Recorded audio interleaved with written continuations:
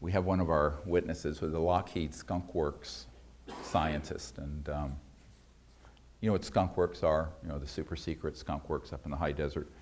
Where Ben Rich, he wrote the book Skunk Works, and before he passed away, he's the one who said, well, he said several things. One thing he said, there are no private conversations anywhere on Earth. This was in the 90s, so he was way ahead of Edward Snowden.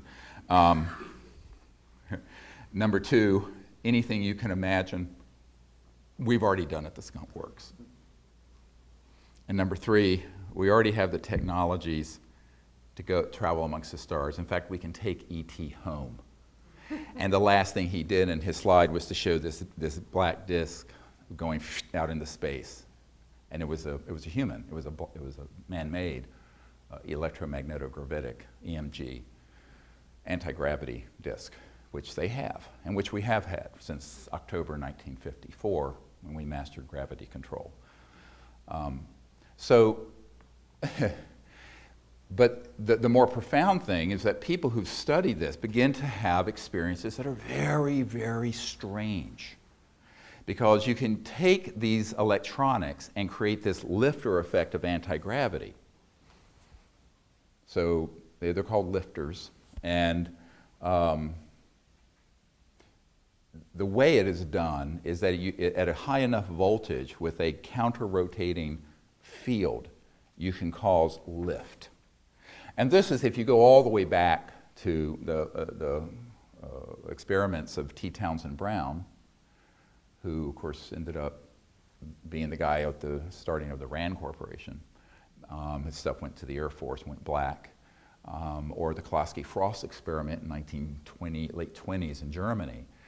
They were doing things with crystalline structures, and they would create a high voltage field around them, and found that, especially with crystals, they would kind of begin to resonate and expand, grow, or take up more space, and then they'd float and lift.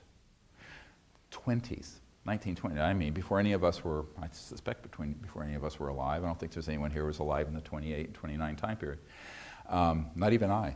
But, so we have this amazing heritage that unfortunately has been confiscated into covert programs.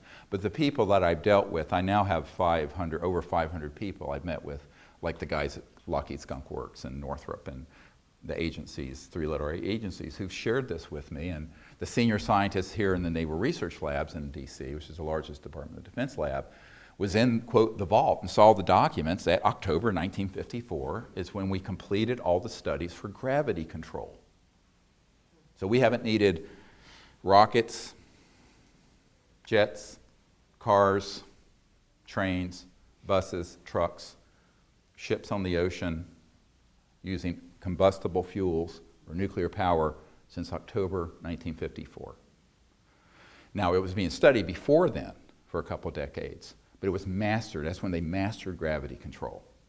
And what a shame it is. You look at the world, and we're destroying the world geopolitically and environmentally and every other way because of this secrecy.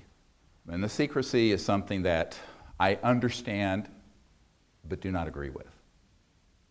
You have to understand it. You don't have to agree with it. And I understand it in a compassionate way. I mean, I talked to the colonel who was in charge of future technologies for the Air Force, a euphemism for not future, things we already have. It's always a double speak when you deal with the military. So this guy knew about this, and he said, you know, those things can be weaponized. I said, yes, you already have.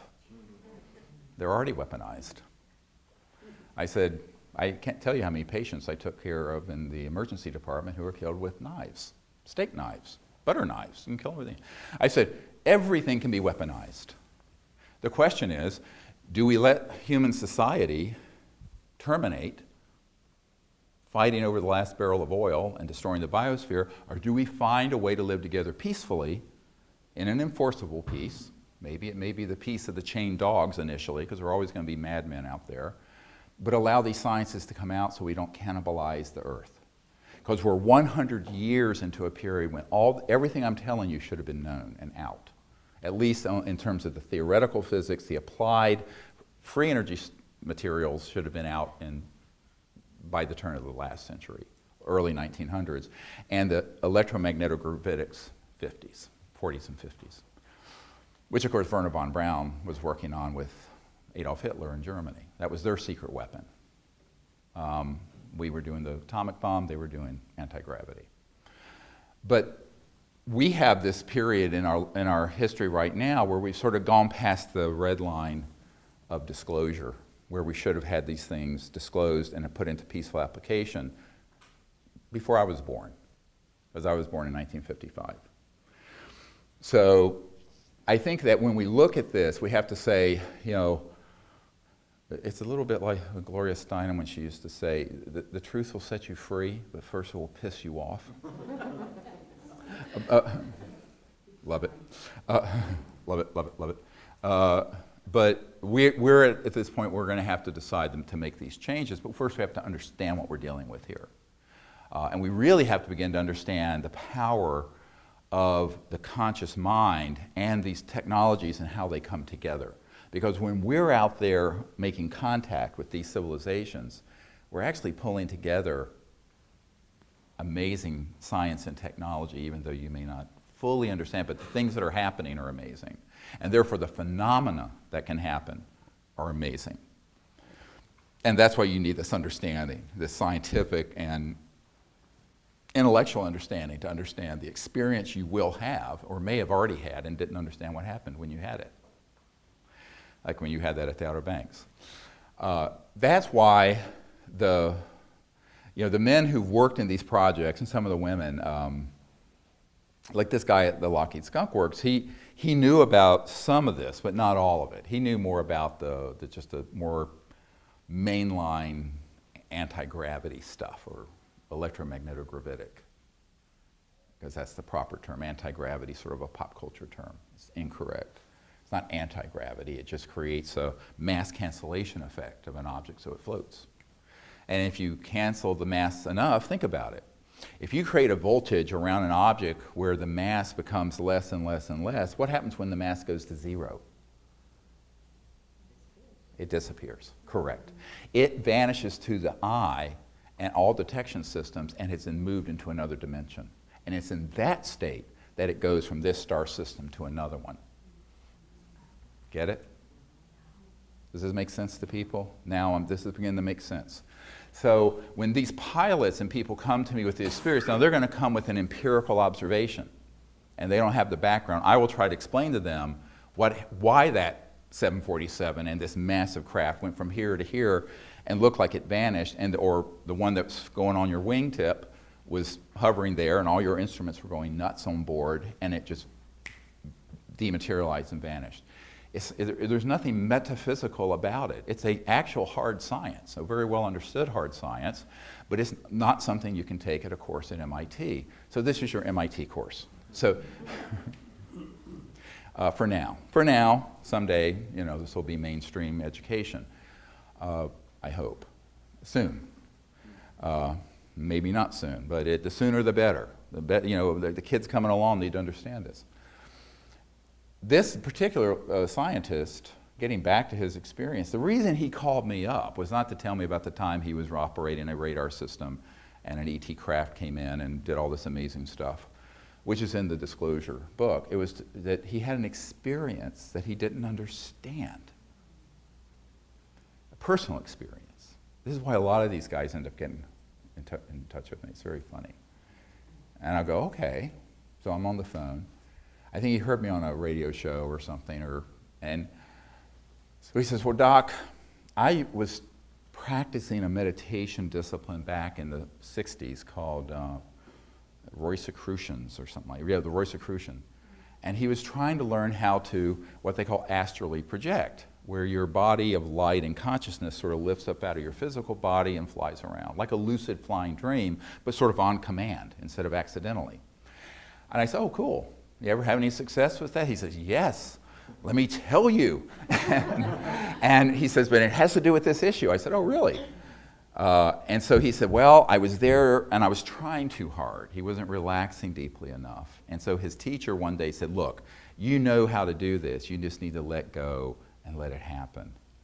And I guess the right thing was said to him. So he was able to do it. So he lay down on his bed and he was doing whatever technique they use. I've never taken that course, but he went out of his body, lifted up, and initially just kind of lifted up, and then he got so excited, he went right up through the roof, the ceiling of the house, and into the sky and into the atmosphere, and then slammed into the side of an extraterrestrial vehicle. Now, he's fully lucid awake. And he said that the ETs on board, which were around 4 or 5 feet tall and very thin, no hair, were at some control, and they were observing. And they were hovering in the atmosphere, but not visible to the eye because they were shifted into this other dimension.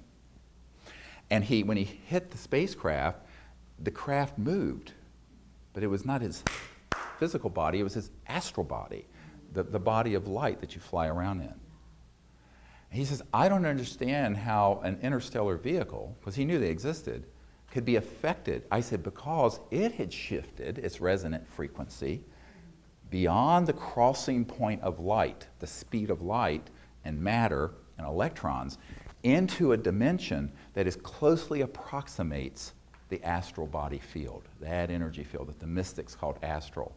And since it was of a similar density to your own, it could interface with it. The funniest part of the story, after he said, I've wondered my whole life how that could have happened. He popped inside and they looked at him like, my God, why don't you watch where you're going? As I was they did. It was kind of like appalled at this interstellar faux pas. And like, well, you can watch where you're going,